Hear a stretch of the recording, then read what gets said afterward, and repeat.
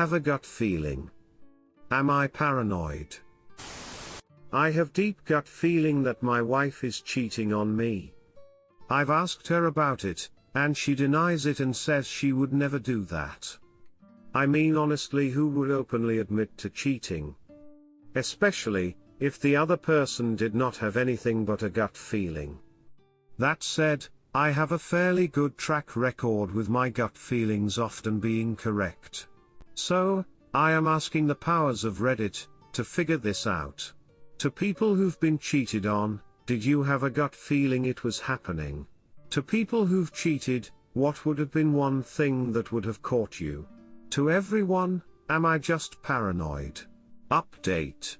I appreciate all of the support that each of you provided.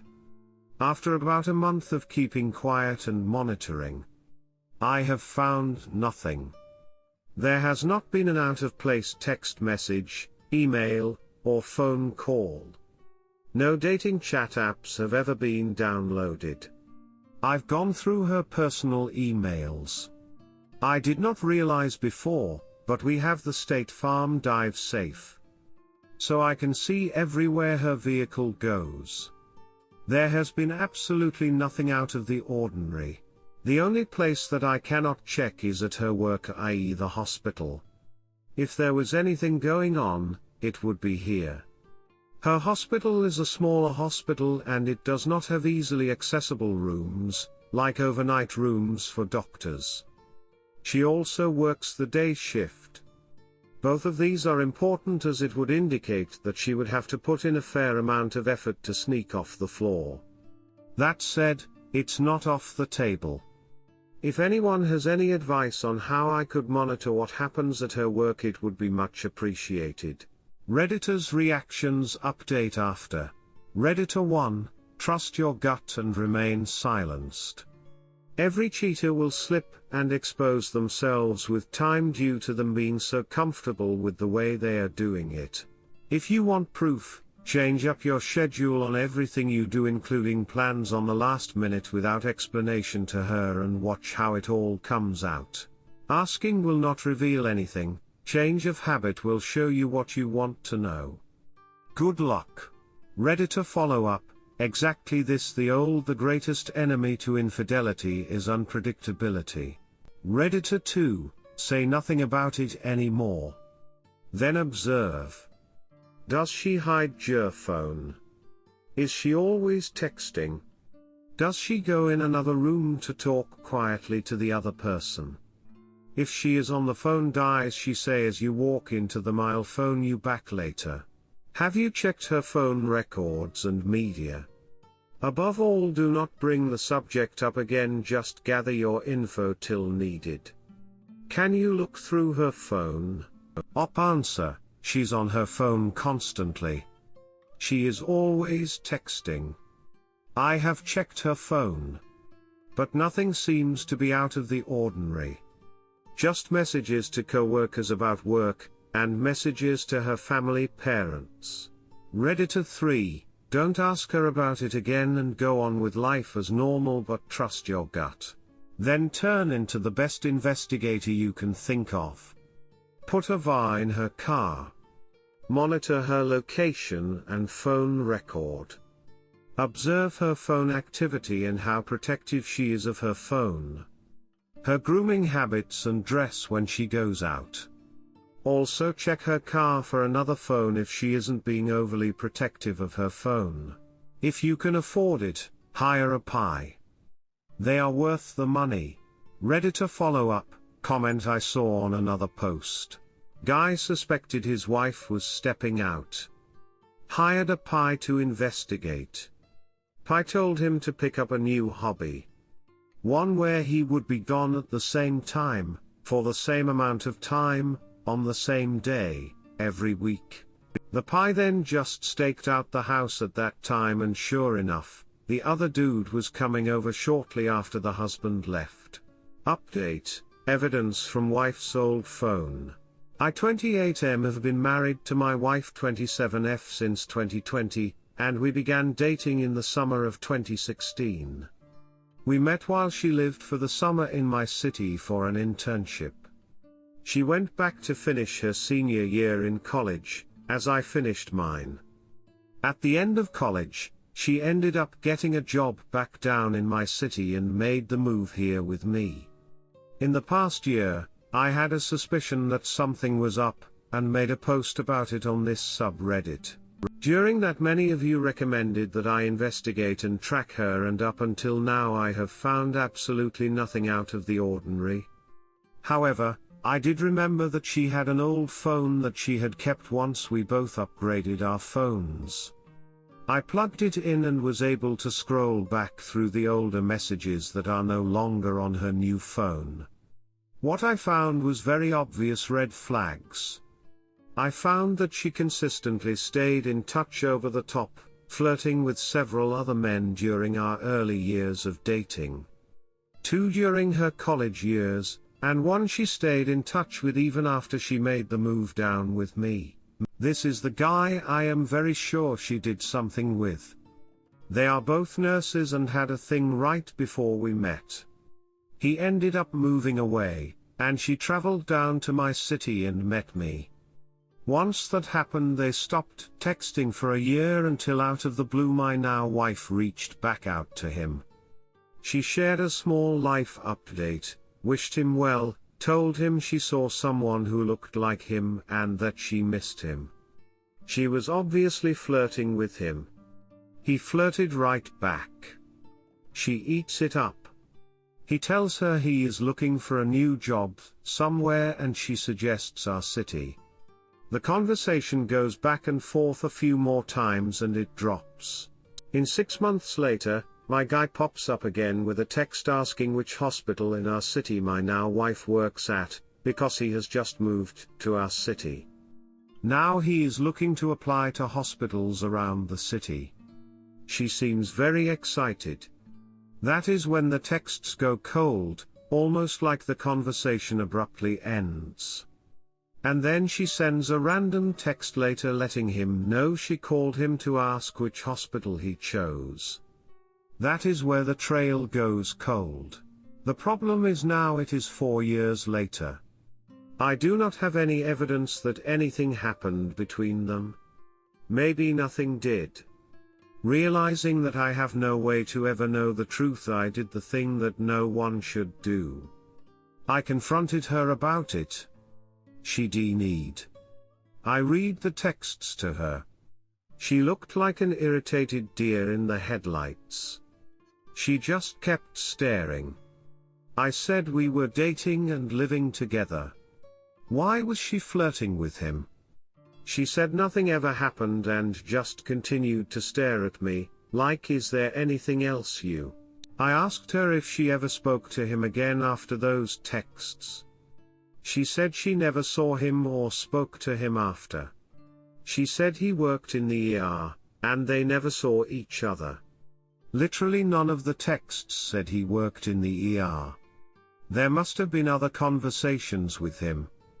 I have a feeling there were conversations and a lot more. They likely stopped texting and just met in the hospital.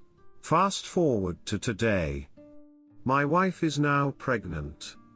I live in Texas, which means I could not divorce her, even if I wanted, until after the baby. I feel so torn and lost over something I do not have evidence happened. However, I am not sure how to get evidence from something that long ago. She seems to only fold when I have hard facts. What should I do? Redditor's reactions, story 2 after. Redditor 1, if she locks down and won't talk, there's not much you can do.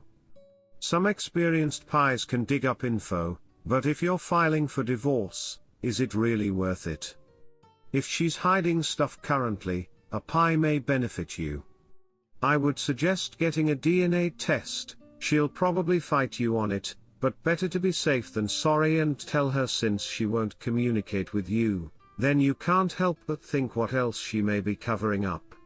Also, text can be deleted and recovered. Good luck. Op answer, yes, I am for sure getting a paternity test.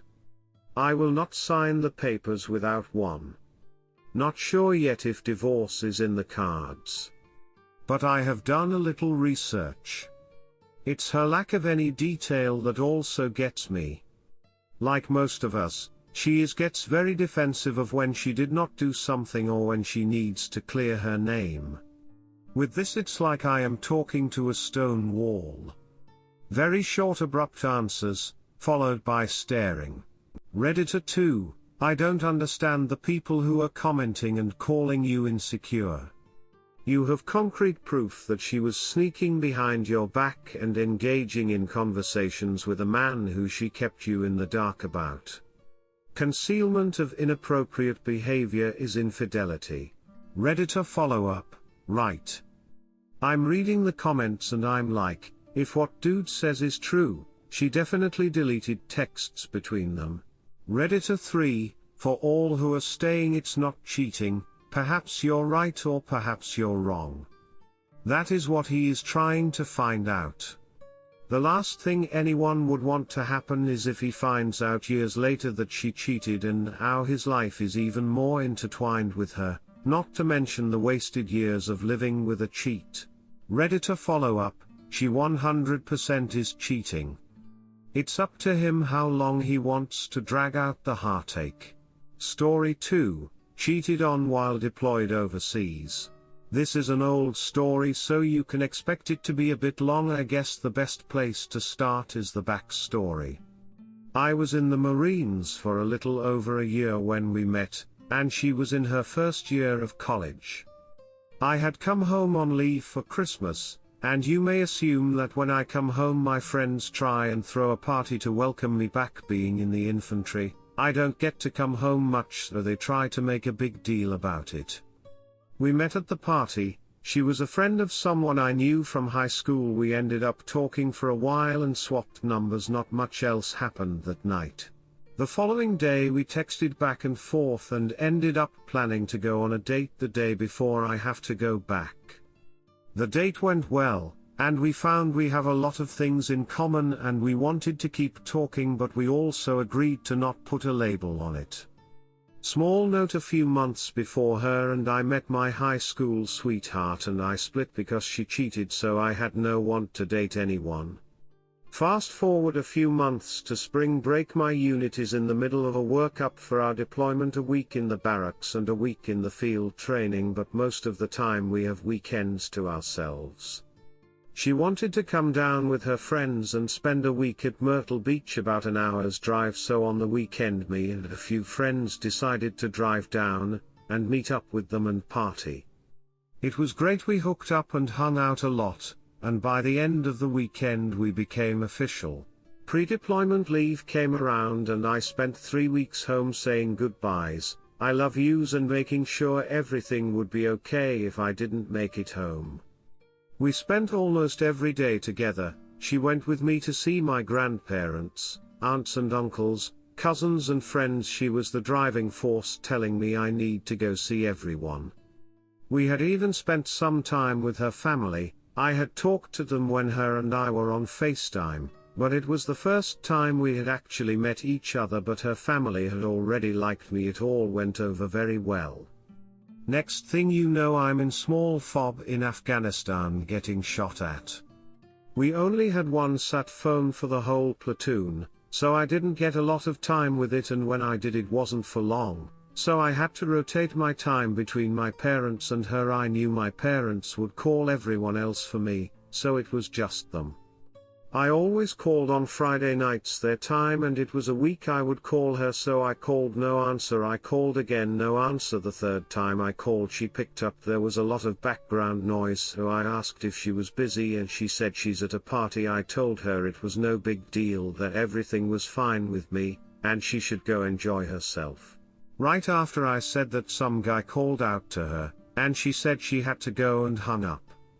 Now I'm not normally a jealous person, but I felt pretty pissed and my squad noticed. I usually try to be the guy that cheers everyone up, the class clown of the platoon, but I was too angry or annoyed to care. I just went silent and my square leader tried to talk to me. I told him what happened. I also said that I get that it was probably all in my head, but I feel it in my gut that she's cheating. He asked if I wanted to be benched for a while, but I jokingly asked if he was kidding that the headspace I'm in I could conquer the country on my own. He scoffed and said okay.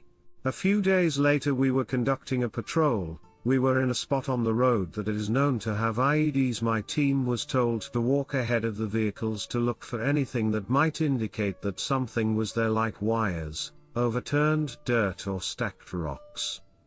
I took point. We walked probably 500 yards with the trucks a bit behind us, and an IED went off on the right side of the road. I don't know how close it was, but it blew me back and some shrapnel hit my legs.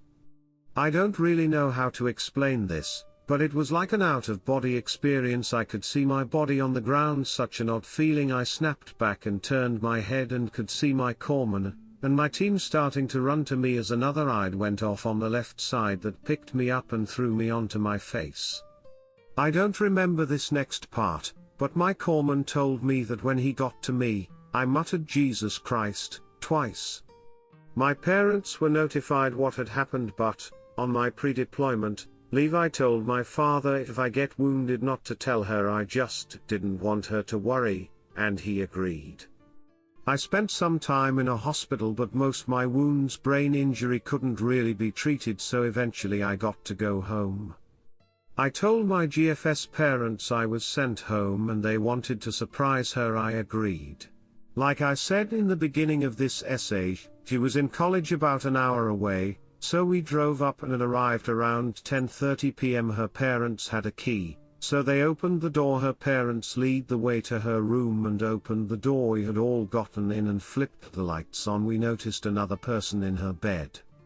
I ripped the blankets off. She was in her underwear, and he was in boxers and a t-shirt. I snatched him by his shirt, lifted him and slammed him onto the ground. Before I could do anything else, her dad stopped me, and I walked out before she could say anything. I ended up calling one of my friends to come get me a few blocks from her apartment.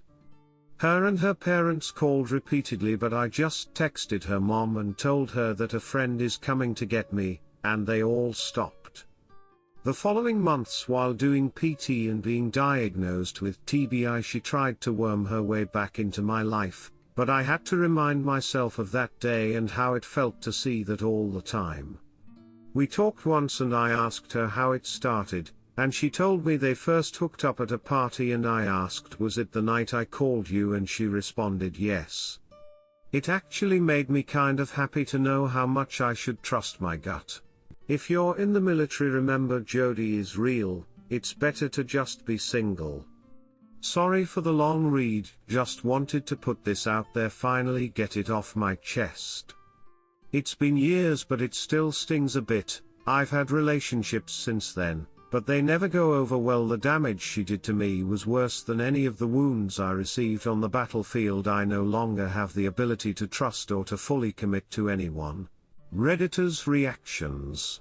Redditor 1, I don't think there's a whole lot in life that's lower than a woman cheating on her boyfriend husband when he is deployed and literally putting his life on the line to defend the lives and freedoms of his wife, girlfriend, her friends and family, and even the scumbag she cheated with. Yeah, not much lower than that. Thank you for your service. You deserve so much better. Redditor follow-up, it's a stereotype for a reason, sadly. Some truth to it when a guy goes to military and his girl entertains the town. Redditor 2, military vet here. I can somewhat relate. I was lucky enough not to get wounded and had sense enough to be single while in the military, but my wife cheated on me and nothing I saw, none of the training, none of the uncertainty of surviving, not even losing buddies in battle hurt me as deeply. Redditor 3, as the son and brother of Marines, duck Jody with razor wire. I'll buy any Marine a drink any time. Redditor 4, ending is spot on. If in military or in college where you're far from home and living at the college, it's best to stay single. In a relationship, someone gonna be tempted to cheat, and usually it's the girls because they have a easier opportunity to cheat. Temptation just knocking on their door, effortlessly waiting for that lack of attention and affection to creep in.